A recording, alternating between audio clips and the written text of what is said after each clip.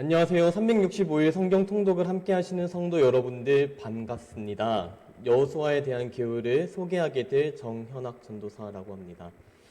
여호수아서를 읽으실 때 소개해드리는 이 계율가 재미를 더해주는 조미료가 될 수 있기를 간절히 소망합니다. 먼저 유대교 전통에서 여호수아서를 어떻게 보고 있는지 간략하게 짚고 넘어가는 것으로 여호수아서 개론을 시작하도록 하겠습니다. 유대교 전통에서의 여호수아서 첫 번째로는 유대교 성경 타나크라고 부르는데요. 이 타나크 중에서 네비임에 속한다라고 얘기를 합니다. 이 네비임은 번역을 하면 예언서, 예언자들이라고 먼저 번역이 되고, 그리고 예언자들이 기록한 문서니까 예언서가 됩니다. 예언자 하면 유명한 사람들이 많은데 갑자기 여호수아가 예언자라고 하니까 좀 당황스러우시죠? 네, 당연하지만 여기서 말하는 예언은 앞날을 말하는 예언이 아니라 맡겨진 하나님의 말씀을 전하는 예언입니다. 여러분들이 아시는 그 예언이 맞습니다. 이스라엘 민족들은 하나님께서 말씀을 맡기시는 방식에는 두 가지 방법이 있다라고 이해했습니다. 그 중에 하나가 역사를 통해서 증언되는 것이 있고, 두 번째는 예언자의 입을 통해서 예언되는 것이 있다라고 이해를 했습니다. 그래서 정리를 하면 유대교 전통에서 여호수아서는 예언서에 들어간다는 것, 그리고 이 예언서는 하나님의 맡겨진 말씀을 전하는 책들을 이야기한다는 것, 그리고 이스라엘 백성들은 역사를 통해서 그리고 예언자를 통해서 말씀하시는 하나님을 예언으로서 받아들였다라는 것을 이해하시면 좋을 것 같습니다. 자, 이제 역사를 통해 예언한 문서인 이 여호수아서를 큰 덩이로 뭉텅뭉텅 잘라서 함께 살펴보았으면 좋겠습니다. 이스라엘 민족의 역사를 기록하고 있는 것이기 때문에 우리 전통에서는 역사서라고 이해를 합니다. 여호수아서는 역사서로 분류가 됩니다. 그리고 역사에는 서사, 시간의 흐름이 필요하잖아요. 여호수아는 앞뒤에 있는 책들과 다 연결이 됩니다. 그래서 모세오경의 마지막 신명기와 이어지는 구조입니다.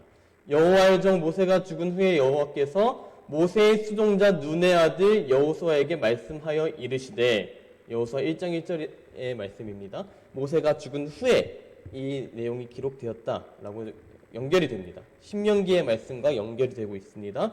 그리고 이 여호수아의 마지막에는 누가 등장할까요? 여호수아의 죽음이 기록되어 있습니다. 여호수아의 죽음이 기록된 이후, 그리고 사사기 1장 1절에는 여호수아가 죽은 후에 이스라엘 자손이 여호와께 여쭈어 올라가 하면서 이렇게 사사기의 내용들이 시작됩니다. 그래서 신명기의 끝과 이어지고, 그리고 사사기의 처음과 연결되고 있는 것이 이 여호수아의 역사다라고 이해하시면 되겠습니다. 간단히 얘기하면 여호수아서는 모세가 죽은 이후부터 여호수아가 죽는 때까지 있었던 역사를 기록하고 있다는 것이죠. 그럼 그 사이에는 무슨 일이 있었는지 한번 살펴보도록 합시다. 동사로 보게 되는 여호수아서에서는 크게 두 개로 나뉘게 됩니다. 하나, 정복. 두 번째, 분배. 이것 두 개는 명사인데요. 이것 두 단어를 네 개의 단어로 제가 한번 쪼개 보았습니다. 첫 번째, 건너가다. 건너가다라는 얘기들이 대단히 많이 반복이 됩니다. 1장에서 5장까지는 가나안에 입성하는 그 모든 과정들 속에서 강을 건너고 어디를 건너고, 그래서 건너는 것에 대한 얘기들이 나옵니다. 그리고 6장에서 12장까지는 취하다, 가나안을 정복하는 이야기가 나오게 됩니다. 그리고 세 번째 동사로 나누다, 땅을 분배하는 이야기, 이제 정복한 땅들을 나누는 이야기가 나오고요. 그리고 섬기다, 언약을 갱신하고 이제 새로이 하나님을 섬길 것인지 말 것인지 정하게 되는 언약이 갱신되는 사건들이 23장에서 24절까지 기록되어 있습니다. 이 내용들을 다 정복과 분배의 키워드로 나눠서 보시면은 조금 더 어떤 느낌인지 좀 감이 오실 것 같습니다. 각 장을 보시면서 이 단어들을 유심히 지켜보시면서 읽으시면은 정현학 전도사님이 어떤 생각으로 이런 동사들을 뽑으셨구나라는 게 좀 보이실 것 같습니다. 그리고 이거는 좀 읽다가 발견하게 됐던 아주 소소한 이야기 중 하나인데요. 여호수아의 입지 변화에 대해서 제가 좀 나누고 싶었습니다. 출애굽기에서부터 약 40년 동안 모세의 수발을 들었었던 이 여호수아의 입지가 어떻게 변화되고 얼마나 성장했는지를 살펴보시는 것도 이 여호수아서를 보시는데 아주 큰 도움이 될 것 같습니다. 아주 큰 도움보다도 은혜가 될 것 같아서 공유드렸습니다. 처음에는 모세의 수종자에 불과했습니다. 여호수아 1장 1절을 지금 보시면 아시겠지만은 여호와의 종 모세가 죽은 후에 여호와께서 모세의 수종자 눈의 아들 여호수아에게 말씀하여 이르시되 모세의 수종자에 불과했었던 여호수아의 모습이 등장합니다.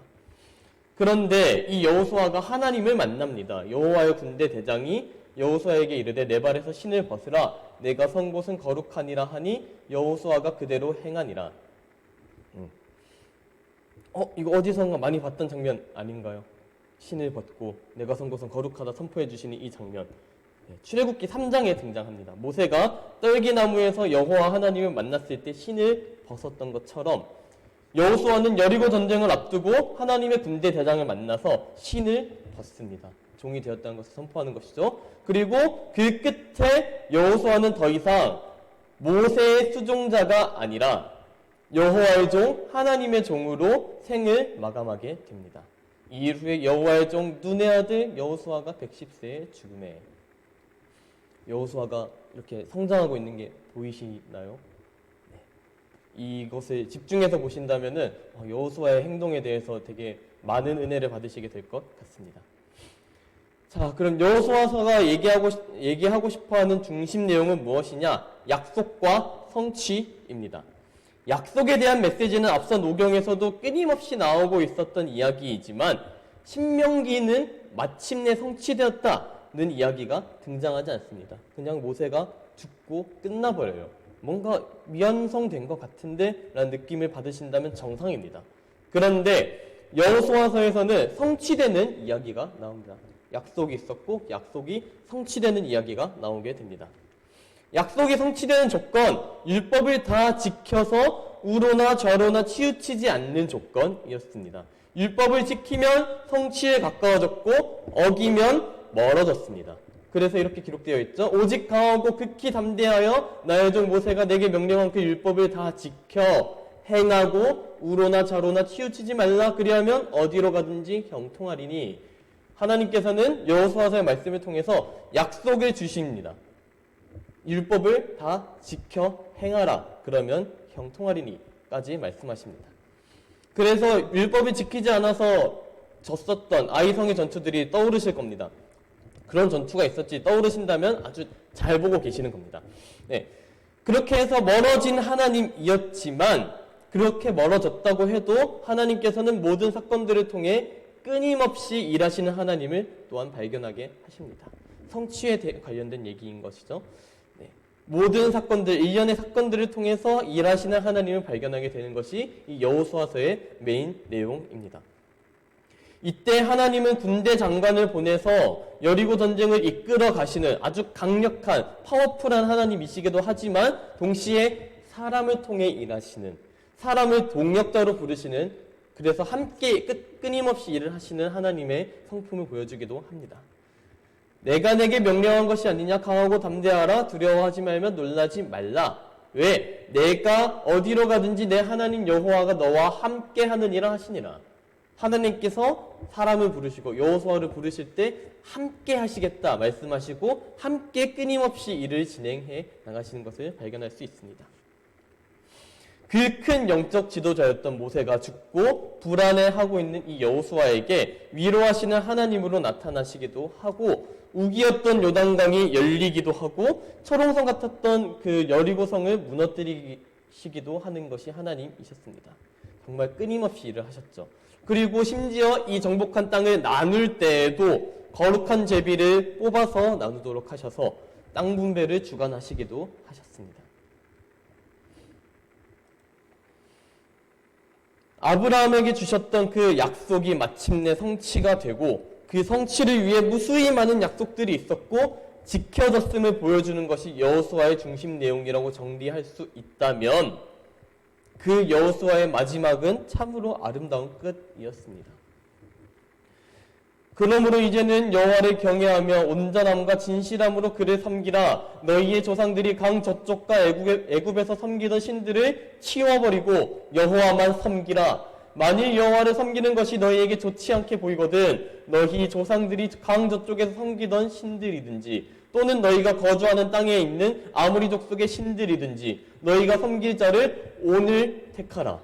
오직 나와 내 집은 여호와를 섬기겠노라 하니.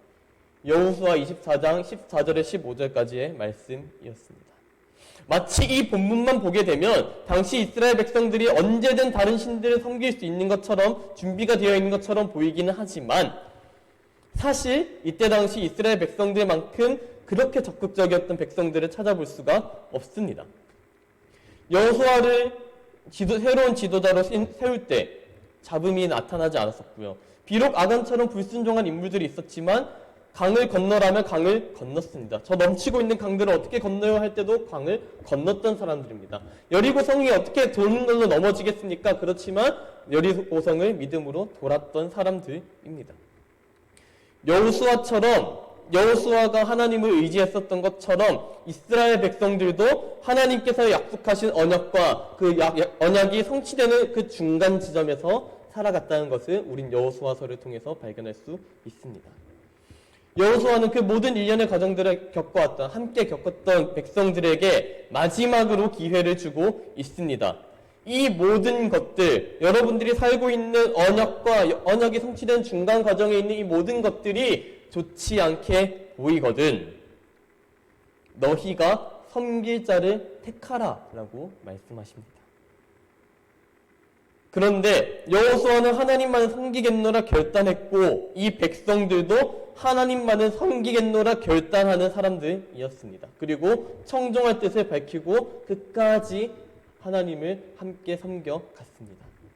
물론 그 이후에 사사기에서는 다른 이야기들이 등장하긴 하지만요. 저는 이 여호수아서를 통독하시면서 우리가 사는 지금 이 순간에도 벌어지고 있는 이 수많은 일들 가운데 예전에 약속하신 하나님의 언약이 성취되어 가고 있다는 것을 여러분들이 발견하셨으면 좋겠습니다. 그 예전에 약속하신 그 언약이 지금 어떻게 이루어지고 있는지 앞으로는 어떻게 이루어 가실 것인지 발견하고 기대하고 소망하게 되는 은혜의 시간으로 여호수아서와 함께 보내시는 이 모든 성도 여러분들 되시기를 간절히 소망합니다. 네, 감사합니다.